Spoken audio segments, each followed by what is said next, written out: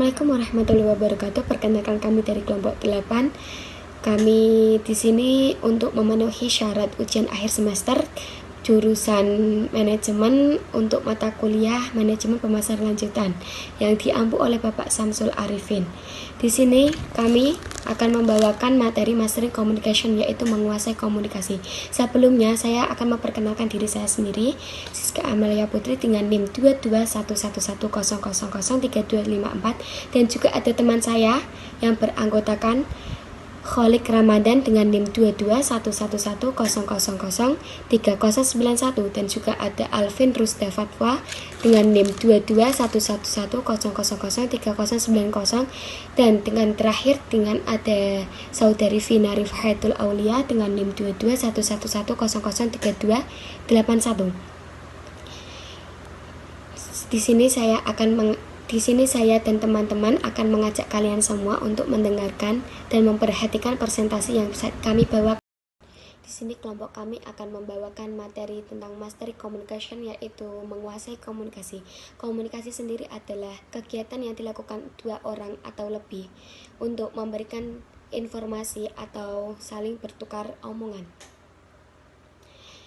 Definisi komunikasi. Komunikasi adalah salah satu aspek dalam kehidupan manusia yang tidak dapat mungkin dilewatkan.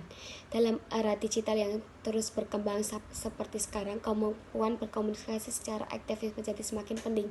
Menurut para ahli, komunikasi adalah sanon dan warfare. Komunikasi adalah bentuk interaksi manusia yang saling mempengaruhi satu sama lain. Sengaja atau tidak sengaja, tidak terbatas bentuk komunikasi menggunakan bahasa verbal, tapi juga dalam bentuk ekspresi muka, lukisan, dan teknologi. Dan dari Raymond S. Ross, komunikasi adalah satu kegiatan menyortir, memilih, dan mengirimkan simbol-simbol sedemikian rupa sehingga membantu pendengar membangkitkan makna atau respon dengan pikiran serupa yang dimasukkan komunikator. Jenis-jenis komunikasi. Jenis-jenis komunikasi ada 4. Yang pertama ada komunikasi verbal. Komunikasi verbal, komunikasi yang melibatkan penggunaan kata-kata dan bahasa yang verbal untuk menyampaikan pesan.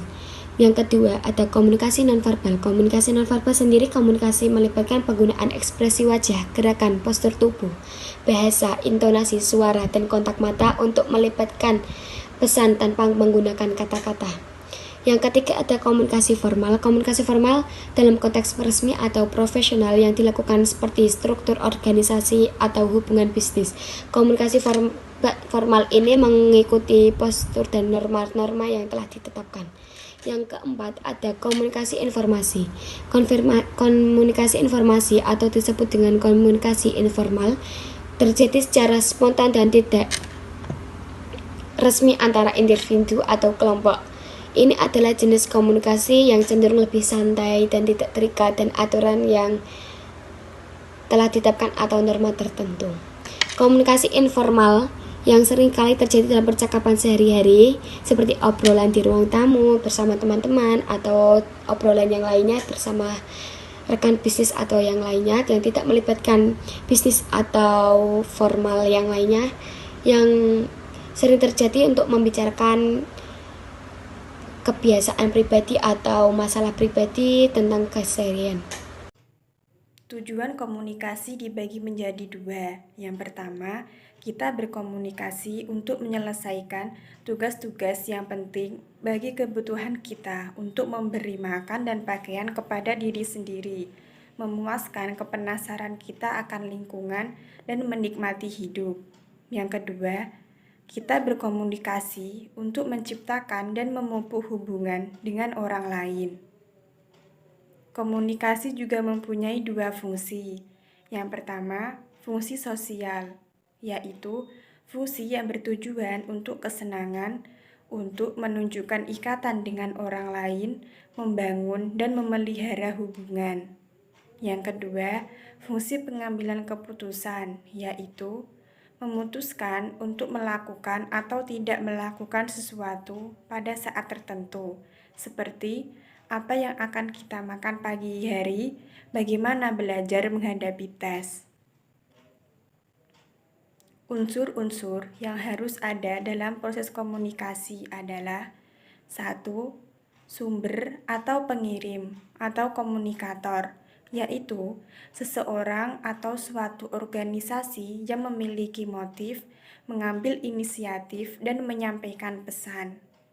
2. Pesan atau informasi dalam bentuk lambang atau tanda seperti kata-kata tertulis secara lisan, gambar, angka, dan gestura yang dapat berbentuk sinetron, iklan, berita, film. Ketiga, saluran atau media, yaitu sesuatu yang dipakai sebagai alat atau pengiriman, misalnya telepon seluler, radio, televisi, kabar, majalah. Yang keempat yaitu penerima komunikan, receiver atau decoder, yaitu seseorang atau sekelompok orang atau organisasi yang menjadi sasaran penerima pesan. Langkah-langkah menguasai komunikasi. Menguasai komunikasi adalah keterampilan yang sangat berharga dalam kehidupan pribadi maupun profesional. Adapun langkah-langkah untuk menguasai komunikasi yaitu yang pertama, memahami komunikasi, seperti memahami konsep dasar komunikasi dan tujuan komunikasi. Yang kedua, meningkatkan keterampilan komunikasi verbal, seperti praktik berbicara di depan umum. Dan yang ketiga yaitu mengikuti pelatihan dan workshop. Di sini saya akan menjelaskan tentang prinsip-prinsip yang harus dikuasai untuk menjadi atau memiliki kemampuan komunikasi yang efektif dan baik. Yang pertama yaitu tentang respect. Respect dalam hal ini yaitu perasaan positif atau penghormatan diri kepada lawan bicara. Anda harus menghargai lawan bicara satu sama lainnya dan menghargai diri sendiri. Dengan adanya respect atau saling menghargai satu sama lain, dalam komunikasi akan berjalan efektif dan efisien. Dan yang kedua yaitu tentang empati. Dalam hal ini, empati adalah kemampuan untuk menempatkan diri pada situasi dan kondisi yang tepat dan di tengah dan di antara orang yang diajak bicara. Dalam hal ini, komunikasi akan terjalan dengan baik dan sesuai dengan psikologis lawan. Adanya sikap empati akan memudahkan atau meningkatkan dalam komunikasi dan menjalin hubungan yang baik dalam berbicara. Yang selanjutnya yaitu tentang audible, yaitu dapat didengar. Dalam hal ini, mengandung makna atau pesan harus dapat didengarkan dan dimengerti. Adanya pesan yang jelas dan dapat dimengerti dengan baik akan memudahkan dan menguasai dalam komunikasi satu sama lain. Dan yang terakhir yaitu jelas. Dalam hal ini, dalam menyampaikan komunikasi harus jelas dan tepat sasaran atau tidak berbelit-belit.